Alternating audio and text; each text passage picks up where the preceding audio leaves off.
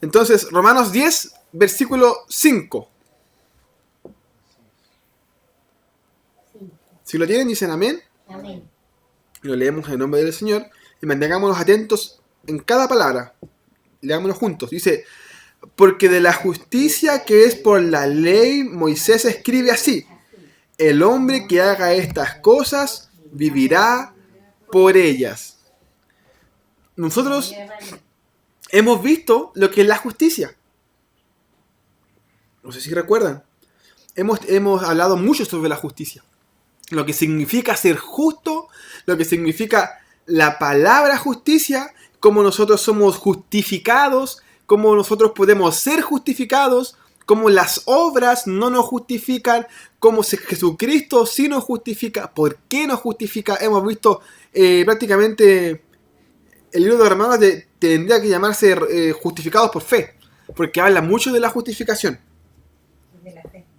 Entonces nosotros hemos hablado lo que significa la justificación y cómo acceder a ella, ¿cierto? ¿Cómo se accede a la justicia? Por medio de Jesucristo, de la peña, ¿cierto? ¿Se acuerdan cuando vimos en Romanos 9 lo de la peña?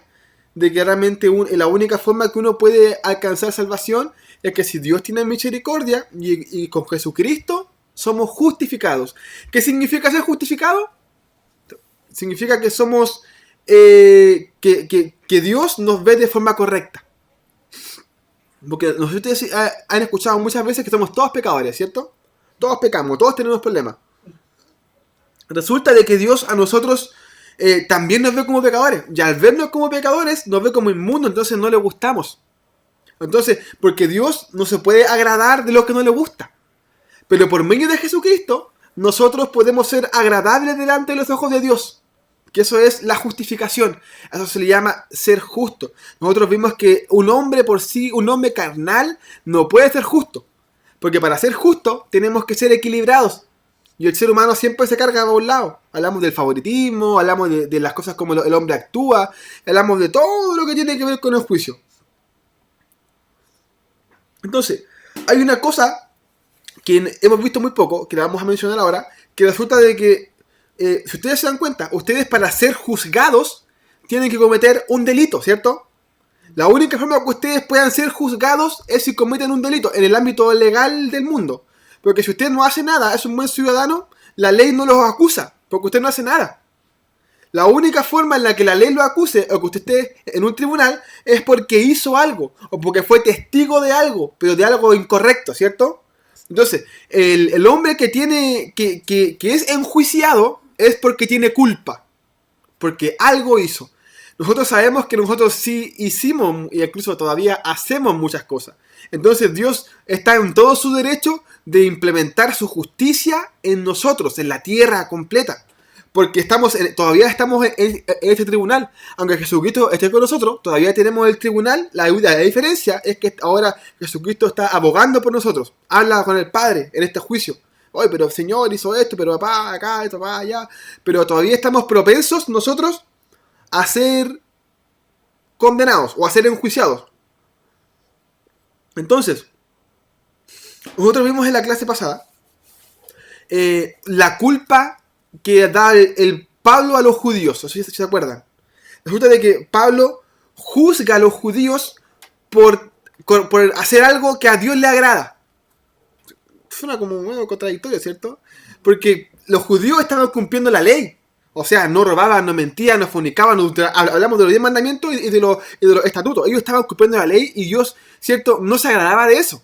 Y Pablo le dice eso. Le dice, ustedes están haciendo las cosas mal. Entonces ellos decían, ¿pero cómo? ¿Cómo? Es como que se acercara un carabinero a ustedes, estamos aquí en la iglesia, viniera para acá y le dijera, hermano, hermana, usted hizo un delito. ¿Pero qué hice si yo no he hecho nada? Soy una persona muy tranquila como para que llegue un carabinero y me diga que yo me voy a la cárcel. Y pasa lo mismo con Pablo. Pablo inculpa a los judíos y le está diciendo de que ellos son injustos y de que ellos son pecadores y de que están haciendo las cosas mal delante de Dios. Entonces, este es el conflicto que terminamos en Romanos 10:4. A esto llegamos en Romanos 10:4. Entonces, llega Pablo y les habla ahora lo que significa la ley de Moisés. Entonces, Aquí Moisés dice así, en el versículo 5, dice, Moisés escribe así, el hombre que haga estas cosas vivirá por ellas. Estas palabras salen en Levíticos 8, 18, 5. En el libro de Levíticos. Ahí Moisés habla de estas cosas. Levíticos 18:5 dice así: tanto guardéis mis estatutos y mis ordenanzas, las cuales haciendo el hombre vivirá en ellas. En ellos yo Jehová. O sea, de que el hombre que cumple las ordenanzas, es lo que está diciendo Moisés, va a vivir en Dios. Ahora, vamos al contexto, porque nosotros recordemos de que es muy importante el contexto de lo que estamos hablando.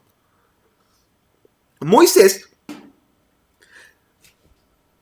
es una conversación que Moisés tiene con Dios, que es cuando estos hombres están ya salieron de la tierra prometida, salieron de Egipto, y Moisés y Dios comienza a dar unas ordenanzas al pueblo de Israel, porque ellos ya iban en camino a la tierra prometida, y estas ordenanzas son conforme a la contaminación con otros pueblos.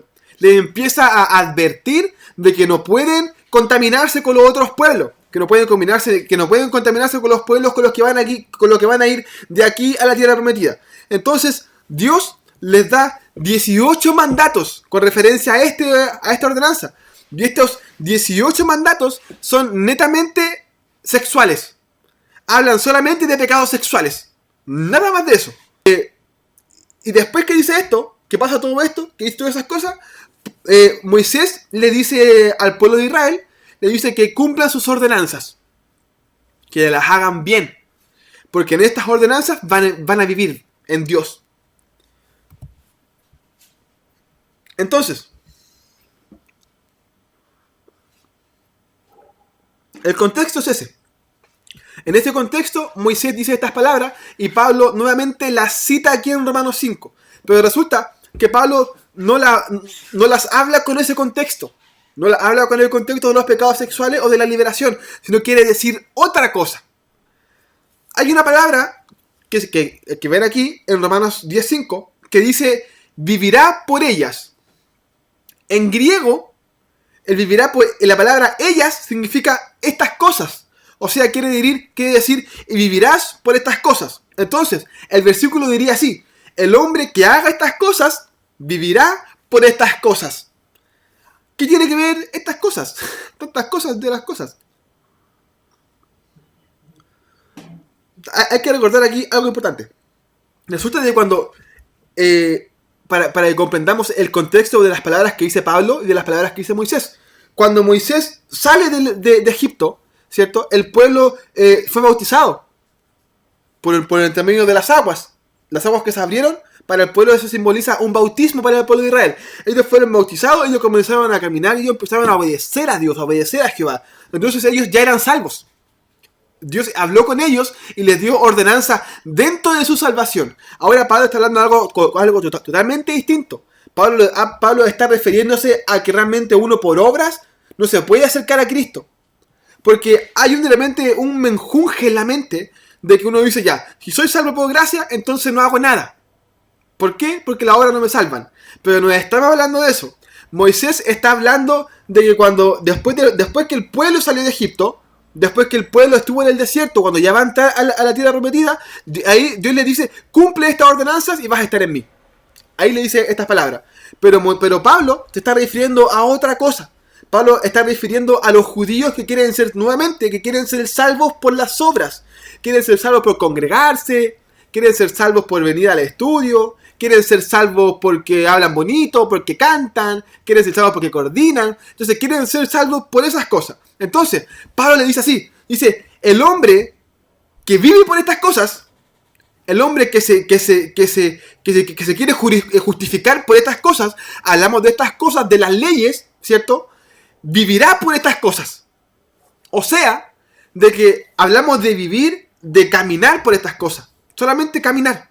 Entonces, el hombre que se justifica por las obras, sí se puede justificar por las obras, pero se justifica en la tierra, no para Dios. ¿Se entiende? ¿Por qué? Porque aquí es lo que Pablo intenta decir. Dice, el hombre el hombre que se justifica por estas cosas, por las cosas que él encuentra importantes, solamente sirve para vivir para aquellas.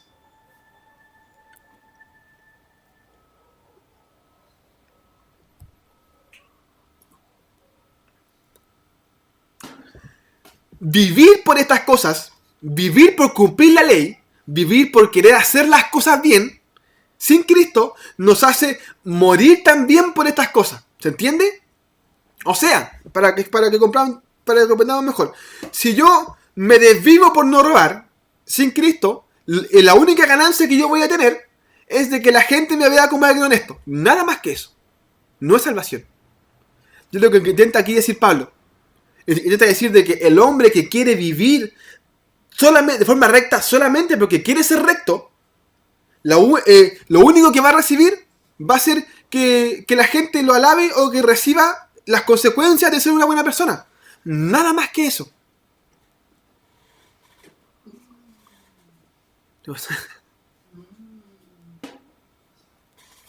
Porque es importante que el cristiano comprenda algo fundamental del Evangelio, muy fundamental del Evangelio, que sin Cristo todo lo que hagamos no sirve de nada. Nosotros podemos hablarlo, predicarlo muchas veces, pero nosotros estamos hablando de las buenas obras.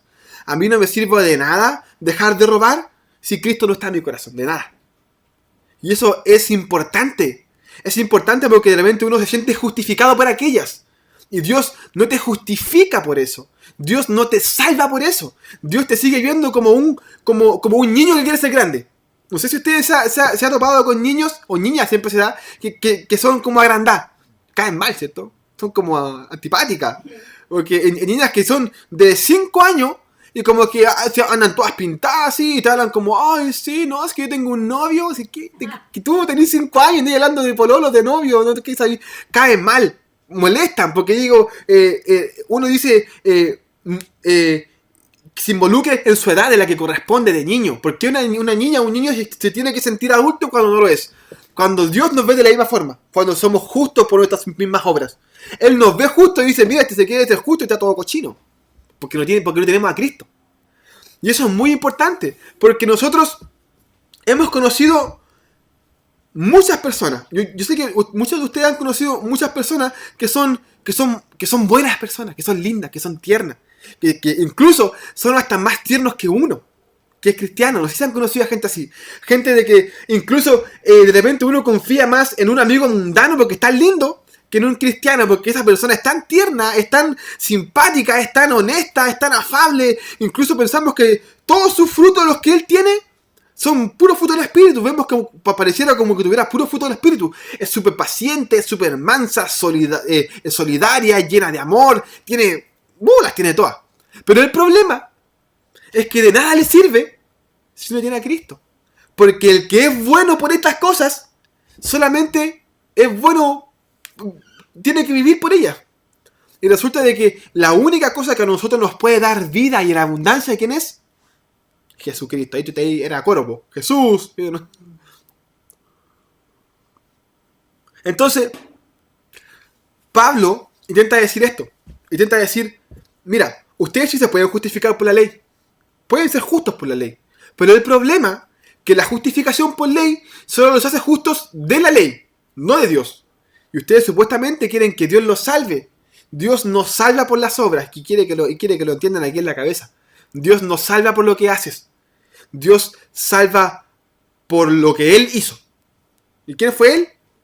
Jesucristo. Dios salva por el que está detrás del que Él hizo, de lo que Él hizo. Porque, primeramente, para nosotros poder alcanzar salvación, lo mínimo es no haber pecado nunca. Nunca en la vida. Y lo más divertido es que si nosotros conociéramos a alguien que nunca pecó, o que él fuera perfecto desde siempre, solamente con nacer es pecador. Claro, entonces el hombre dice, ¿pero cómo va a ser pecador? Bueno, porque según la Biblia, todo aquel hombre que muere, ¿quién no muere aquí? Que levante la mano, ¿quién no muere? Que nunca va a morir. Todo aquel hombre que no muere, ¿cierto? Que muere, perdón, es pecadora de nacimiento. Y desgraciadamente es así. Entonces resulta de que no podemos ser justos delante de Dios si nosotros ya incumplimos una ley. Si nosotros estamos delante de un carabinero y nos vamos delante de él, ¿qué vamos a hacer nosotros? El carabinero no nos va a dar otra oportunidad. ¿Qué va a hacer? A la cárcel al tiro. O un juicio al tiro. Entonces, como si Dios lo ve todo, nosotros al caer una vez delante de sus ojos, todos condenados, de inmediato. Entonces Pablo intenta decir esto, que es muy importante para los judíos. Ustedes pueden vivir de forma correcta, sí pueden hacerlo. Y Dios no se queja de eso. Lo vimos con el joven rico. Dios se agradó del joven rico. El problema es lo que él quería, lo que había en su corazón. ¿Y qué había en su corazón? Su vanidad, él mismo. Él. Y Dios quiere que Jesucristo esté en su corazón. Nosotros vimos en Romanos 8 cómo nosotros podemos identificar que estamos en Cristo. ¿Cierto? ¿Cómo lo hacemos? Vemos a Dios como un Padre, tenemos fe en Él, confiamos en Él, oramos seguido, leemos seguido, queremos estar siempre con Él, pecamos y nos arrodillamos al tiro. Es lo que nosotros vimos en Romanos 8, lo que significa estar en el Espíritu. Si usted es así, mi hermano, usted está en el Espíritu. Si a usted le faltan algunas cosas, siga orando para que el Señor lo siga perseverando. Amén. Del 6 al 7, sigamos. Romanos 10, del 6 al 7. Cuando lo tengan, dicen amén. Amén. Y lo vamos a leer también detenidamente para que entendamos cada palabra. Dice, para que después cuando demos la explicación, usted diga, ahora se refiere a esto. Dice, partimos del 6, dice, pero la justicia que es por la fe, dice así, no digas en tu corazón, ¿quién subirá al cielo? Esto es para traer abajo a Cristo. ¿O quién descenderá al abismo? Esto es para hacer subir a Cristo de entre los muertos. Entonces, aquí Pablo da dos explicaciones que lo vimos en el versículo 5. En el versículo 5, Pablo quiere hablar quiénes son los justificados por las obras y para qué sirve. Y ahora quiere hablar lo que son justificados por fe. El versículo 6 parte con un pero, ¿cierto? Dice, pero, esta palabra pero, en el verbo literario, es una conjunción adversativa. ¿Qué significa esto? Que se utiliza para contraponer un punto de vista con el otro. Entonces, el primer punto de vista que Pablo pone es la justificación por las obras. Él la pone pero, o sea, lo contrario al justo por obras, lo contrario que es el justo por fe. Dice que el que es justo por fe, nunca, imagine esta palabra, nunca debe decir en su corazón.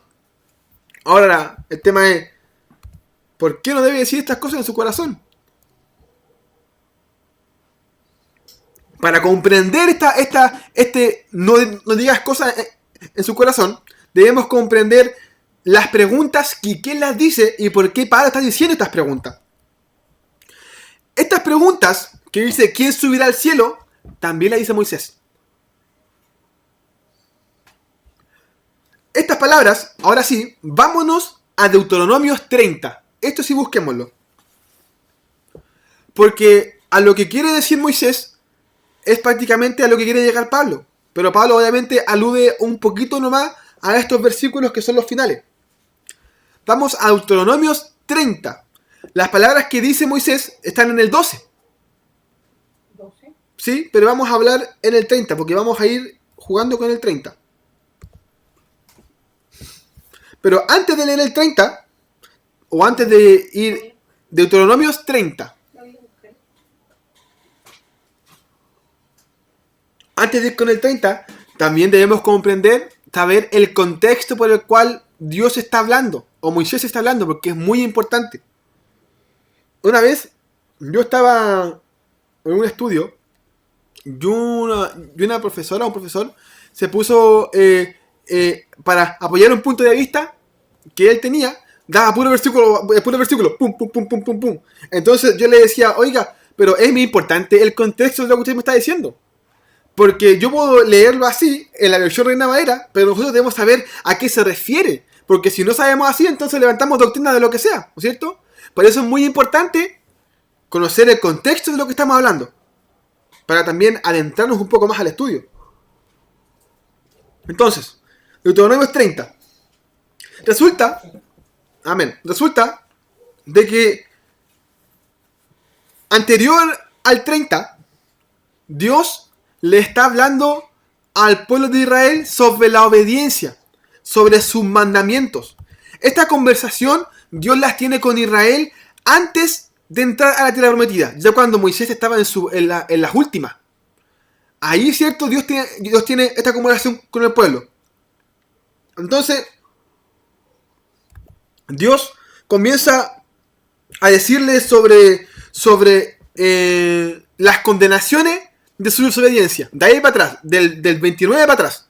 Empieza a hablar de las condenaciones, de cómo ellos van a sufrir si le desobedecen, las consecuencias de su pecado, las consecuencias de que se siguen a su ídolo. Son las cosas las que Moisés está refiriendo del 29 para atrás. Ahora, del 30 en adelante, que es lo que vamos a ver ahora, Moisés está hablando, sigue hablando de las consecuencias después de que Dios los perdone de sus pecados. Del 29 para atrás, Dios les habla de las consecuencias y del 30, del 1 al 14, les habla de la salvación, de cómo Dios los va a cuidar, de cómo Dios los va a ayudar, de cómo Dios se va a volver a ellos después de su pecado. Vamos a partir, para comprender lo que quiere decir, obviamente no lo vamos a leer completo, pero vamos a leer versículos claves que son de esta historia, para comprenderlo. Vamos a partir con el versículo 3, Deuteronomios 30, versículo 3. Dice así, ¿lo quieren? Recordemos que aquí Moisés está hablando sobre la redención de Israel. Dice así, entonces Jehová hará volver a tus cautivos y tendrá misericordia de ti. ¿Ustedes se acuerdan cuando vimos el tema de la misericordia, no? En Romanos 9. En Romanos 9 nosotros hablamos de misericordia, de cómo Dios va a ser misericordia, como la única forma que nosotros podemos ser salvos es que si Dios tiene misericordia de nosotros, ¿cierto? Por eso él dice, yo tengo misericordia de quien quiero tener misericordia. Ahora, Moisés está diciendo esto. Está diciendo de que después que él los castigue, después de castigarlos, después de darle todas estas cosas que pasaron por su desobediencia, él va a tener misericordia de ellos. Y cuando tenga misericordia de ellos, vienen aquí todas las promesas.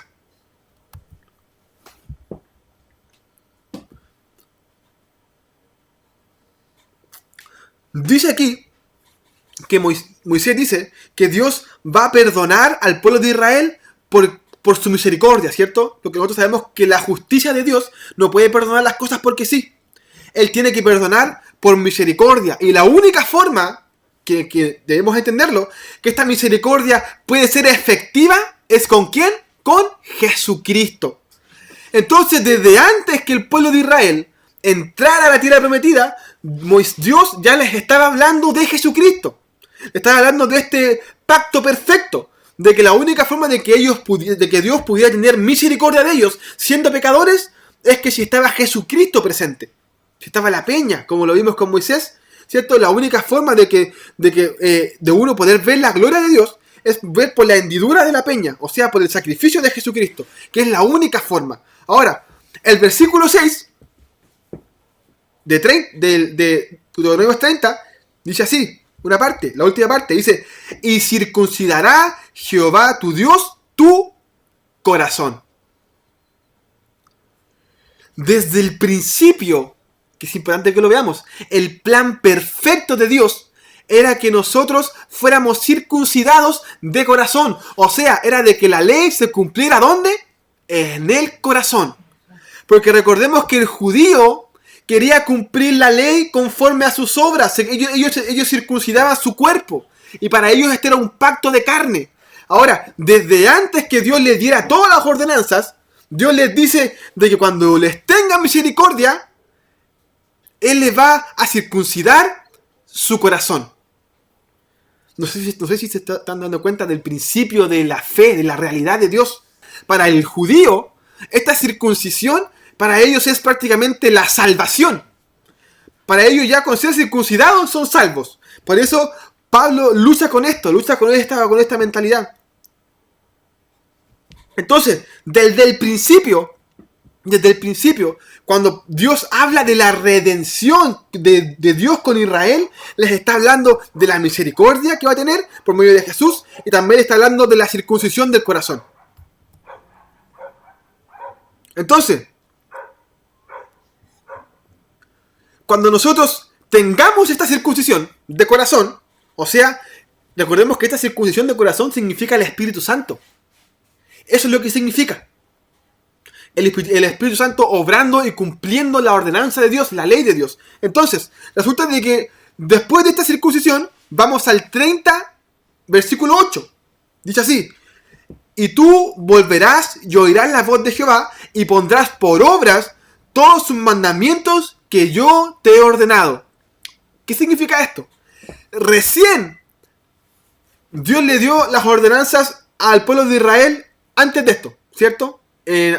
Apenas salen de Israel, apenas salen de Egipto, le da su ordenanza, su estatuto, le da toda su cosa. Entonces resulta de que Dios le está hablando de cómo lo va a condenar cuando rompan su pacto, porque sabía que lo iban a romper, y él dice ya que recién, después de ser circuncidados de corazón, ahí recién vamos a poder nosotros o ellos cumplir recién los mandamientos y las ordenanzas de Dios. O sea, que nosotros cuando entramos en Cristo, recién podemos comenzar a hacer las cosas bien como corresponden.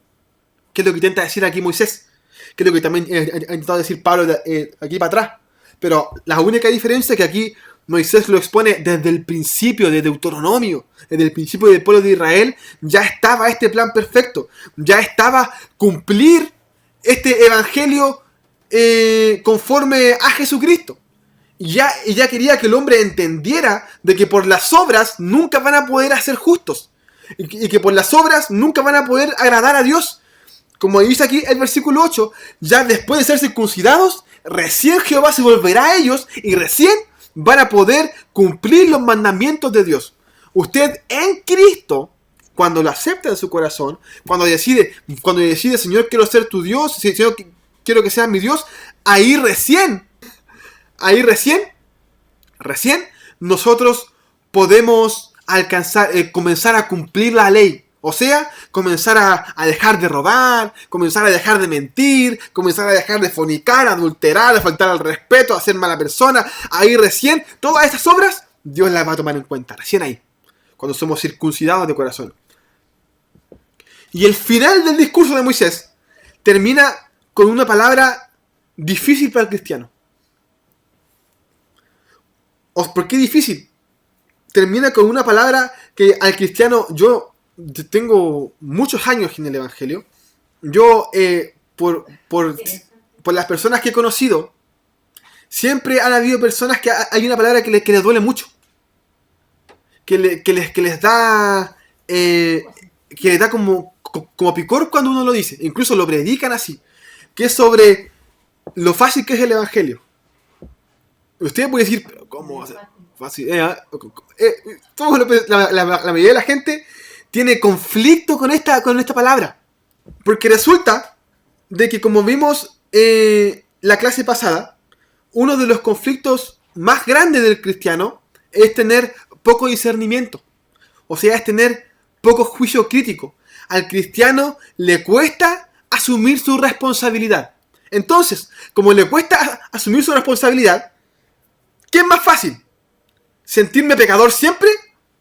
¿O enfocarme por ser salvo? Es más fácil culpar a mi carne. Es más fácil culpar a mi carne y decir, yo siempre voy a pecar porque soy carne siempre.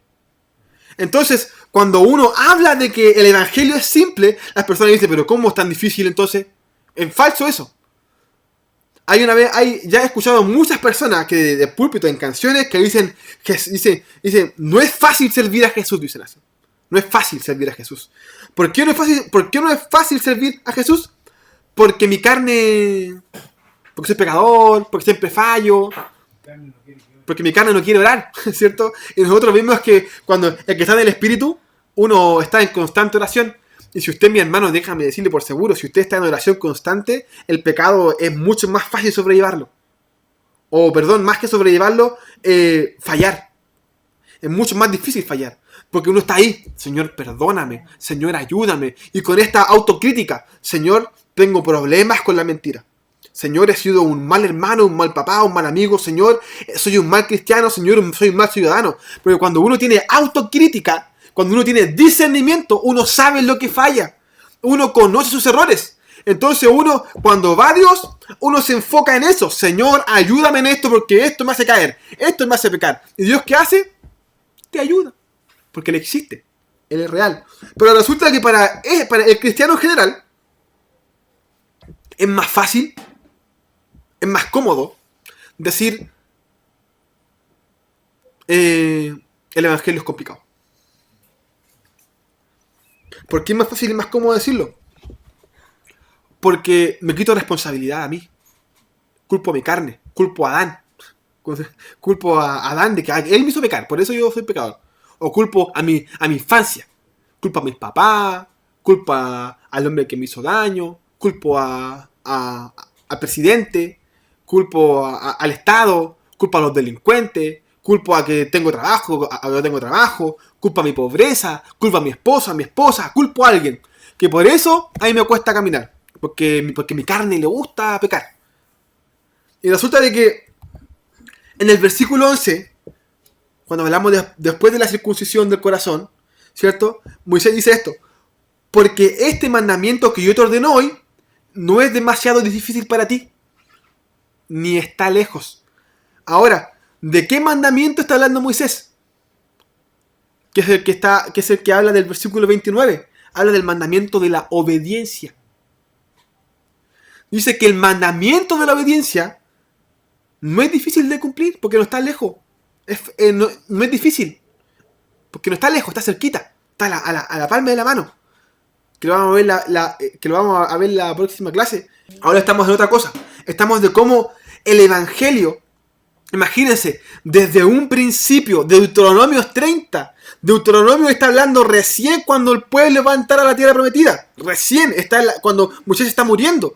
Y ahí le está diciendo de que ellos van a tener, que después que ellos que pequen, Dios se va a volver a ellos, los va a circuncidar, van a poder cumplir la ley, porque le va a circuncidar el corazón, va a tener misericordia de ellos, y cuando pase todo esto, ellos van a poder cumplir estas ordenanzas sin problema, de forma tranquila.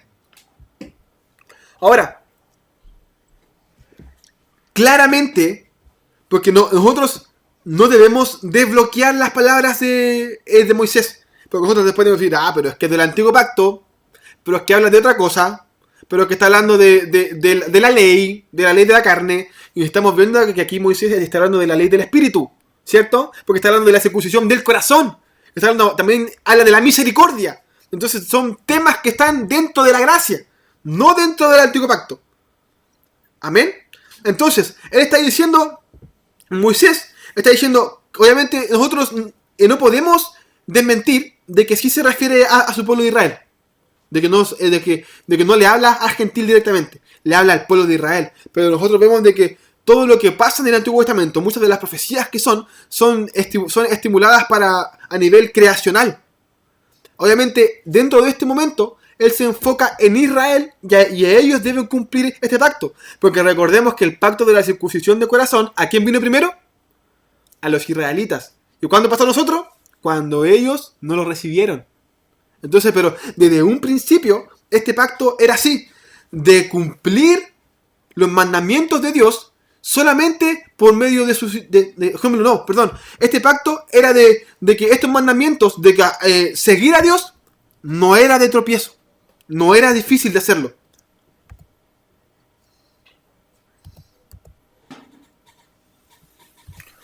Entonces, volvamos a Romanos 10. Versículos 6 y 7. Las palabras de Moisés que está diciendo en el versículo 6 y 7, de quién subirá al cielo, ¿cierto? Recordemos que en el versículo 5, Pablo está hablando de qué pasa cuando uno se justifica por las obras. ¿Qué pasaba? Cuando uno se justifica por las obras, la justificación es solamente aquí, en la tierra. No pasa para arriba. Solamente somos justos para la gente de afuera, que eso no nos salva. Entonces ahora dice que el justificado por fe no debe decir en su corazón. dice que no debe decir en su corazón. ¿Ah? Y antes de pasar a este mismo texto, Moisés dice de que cumplir esta ley es fácil porque no está lejos. Deuteronomio 30 del 2 al 13 dice así, que es lo que dice Moisés, que es lo que dice Pablo. Dice, no está en el cielo para que digas, ¿quién subirá por nosotros al cielo y nos la traerá y nos lo hará oír para que la cumplamos? Ni está al otro lado del mar para que digas, ¿quién pasará por nosotros el mar para que nos las traiga y nos los haga oír a fin de que lo cumplamos? Moisés está diciendo, ¿cierto?, de que esta sencillez para cumplir la ley no está lejos, está cerca. Y Pablo te la explica. Porque Pablo, ¿cierto?, dice, no digas en tu corazón, ¿quién subirá al cielo? Dice, esto es para traer abajo a Cristo. Esta parte de la, entre paréntesis, están en los escritos originales. No son palabras que pusieron después los hombres. La dice directamente Pablo. Pablo dice, está explicando lo que Moisés no explicó. Porque Moisés está diciendo de que la salvación, de que esta redención no está lejos, está cerca, está en la palma de la mano. Porque nadie puede subir al cielo porque está cerca. Que nadie puede bajar al abismo porque está cerca. Está aquí. Y Pablo dice lo mismo. Dice de que la justificación por fe también está aquí en la palma de la mano. Aquí. No está en el cielo. O sea, está en el cielo, pero nadie puede subir a alcanzarla. Tampoco está en el abismo, porque nadie puede morir para traerla. Entonces, Pablo explica el significado de estas dos palabras. Lo que significa subir al cielo y lo que significa bajar al abismo. Pero nosotros, si nos damos cuenta, a lo que refiere Moisés y a lo que refiere Pablo son cosas diferentes, ¿cierto? Porque Moisés nos está hablando de la redención y Pablo nos habla de la justificación. Son cosas totalmente diferentes, pero tienen una cosa en común. Una cosa, que es el esfuerzo. El esfuerzo, pero con diferentes perspectivas. Moisés refiere al esfuerzo de que no está lejos la salvación. Y Pablo refiere de que tú no tienes que hacer esfuerzo para alcanzar la salvación. O sea, no tienes que hacer obras para alcanzar la salvación. Está al alcance de la mano. Está al alcance de las rodillas. Está al alcance de la intimidad. De decir, Señor, perdóname, Señor, sálvame, Señor, ayúdame. Allí está la justificación de Dios. ¿Y qué se llama ser justificado? Ser salvo y ser santo. ¿Dónde está su salvación? ¿Y dónde está su santificación? En su rodilla. Aquí, al ladito. No necesita ir a los Vázquez, allá para allá, ¿cierto? No necesita ese pique largo para allá. No necesita venir a una iglesia donde está por allá. No necesita que el pastor vaya a su casa a orar. No necesita nada de eso. Lo único que necesita es usted mismo arrodillarse y decir, Señor, perdóname. Señor, ayúdame. Señor, sálvame. Señor, guárdame. ¿Perdón? Si no se puede arrodillar. Incline la cabeza. Hablamos con ejemplo de forma referencial a la rodilla. Porque yo no oro de rodillas, yo oro parado. Pero hablamos, ¿cierto?, de lo que porque simbólicamente la palabra arrodillarse significa sumisión a Dios. Pero usted puede someterse a Dios solamente orando. Usted solamente diciendo lo pecador que es, se humilla. Usted ya reconociendo sus defectos, se humilla. Entonces, es lo que Dios quiere. No hay esfuerzo. No hay trabajo. No hay que hacer ninguna cuestión. Lo único que hay que hacer es clamar al Señor Jesucristo. Entonces, por eso dice que el que es justificado por fe no debe decir esto en su corazón. O sea, el que es justificado por fe no debe haber ninguna simbolización de esfuerzo en su vida. Porque el esfuerzo o cada obra que yo haga que sienta que me haga ser salvo, no sirve de nada. No hablamos de esfuerzo a no trabajar para Dios. Hablamos porque recuerda que estamos hablando con base a la salvación. Con base, ¿cierto?, a lo que significa ser santo, ser justificado para cuando Jesucristo venga. Las obras son otra cosa. Hablamos, ¿cierto?, de las personas que son justas para Dios. Yo no sé yo se los conté una vez. Hemos hecho muchas clases de esto de la justificación, de la salvación. Entonces, yo estaba en la casa viendo esta noticia del chip, ¿cierto? ¿Ustedes se acuerdan que se la conté? Parece una predicación aquí mismo en la clase. Bueno, resulta de que en Brasil ya estaba el tema del chip y ya iba a ser obligatoria en un poco tiempo. El tema del chip hay que levarme la mano. O sea, de que las personas no iban a poner, ellos decían que ya después de un tiempo en la salud, FONASA, comprar, todo iba a funcionar con el chip. Y si lo vemos está escrito, ¿cierto? Entonces, no sé si usted alguna vez ha tenido una crisis de pánico o un ataque de pánico, ¿no? Nunca ha tenido. Cuando de repente como que siente como el pecho duro, es similar a un infarto. El pecho duro empieza así como de respirar así. Eso se le llama ataque de pánico. Eso se le llama así. No es muy similar a un infarto, pero siente como que le falta de respiración y siente como un dolor aquí en el pecho. Eso se le llama ataque de pánico. ¿Esto por qué pasa? Por una sobrepreocupación de las cosas. Entonces me acuerdo de que yo veo esa noticia y como que empieza a doler el pecho. Porque yo me acuerdo que andaba con el tema de predicar aquí afuera y predicar afuera con el Javier. Entonces yo decía, el Señor va a venir, yo no he hecho nada. Yo no he salido a predicar. El Señor va a venir y no le he hablado todavía a mi hermano.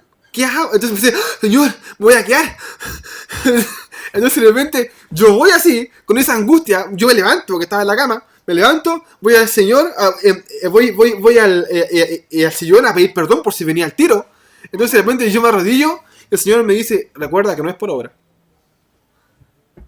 Me he estudiado un montón de veces, todavía no te queda, recuerda que no es por obra.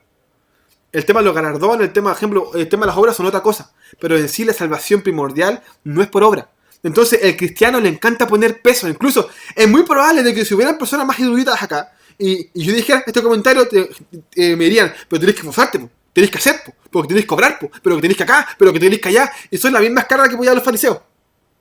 Porque la salvación está a un paso, no está lejos. No es con esfuerzo, no tengo que correr, caminar, no tengo que saltar, no tengo que hacer nada. Lo único que yo tengo, arrodillarme, los que no pueden arrodillarse, levantar las manos y decir, Señor, te acepto en mi corazón. Perdóname. Todos los días. Señor, perdóname. Todos los días. Señor, perdóname. Señor, ayúdame. Señor, ayúdame. Señor, tengo poco juicio crítico. Señor, hoy día mentí. Señor, hoy día molesté más de lo común. Señor, hoy día me desubiqué. Señor, hoy día le falté respeto a mi esposa, a mi esposo. Señor, hoy día dije algo que no tenía que decirle a mi hijo. Señor, perdóname. Y esa está la intención del corazón porque el Señor eso lo sabe. Amén. Entonces, en conclusión, la salvación por obras, la justificación, por obras, ¿nos hace justos? Sí, pero delante de las personas nomás. Que es lo único que sirve. Romanos 10:5. Como dijimos, el que vive por estas cosas, vivirá para estas cosas. El que vive de la ley, vivirá por ello nomás, para el mundo. Pero el que es salvo por fe, si es que es justificado por fe, no debe en ningún momento en su corazón haber un sentimiento de esfuerzo, de yo me lo merezco. Uno, no se lo merece. Y dos, Dios le ama así como usted es. Obviamente Él quiere que se perfeccione, que eso ya es personal, ¿cierto? Eso ya es de un caminar personal. Si usted no quiere perfeccionarse, eso lo va a ver después en el tribunal. Mira, yo te salvé y no quisiste perfeccionarte. Ya, eso lo ve usted con Dios. Pero en este momento, Dios nos demanda y nos dice que nosotros somos salvos sin esfuerzo. Solamente humillándonos, arrodillándonos. Amén. Oremos.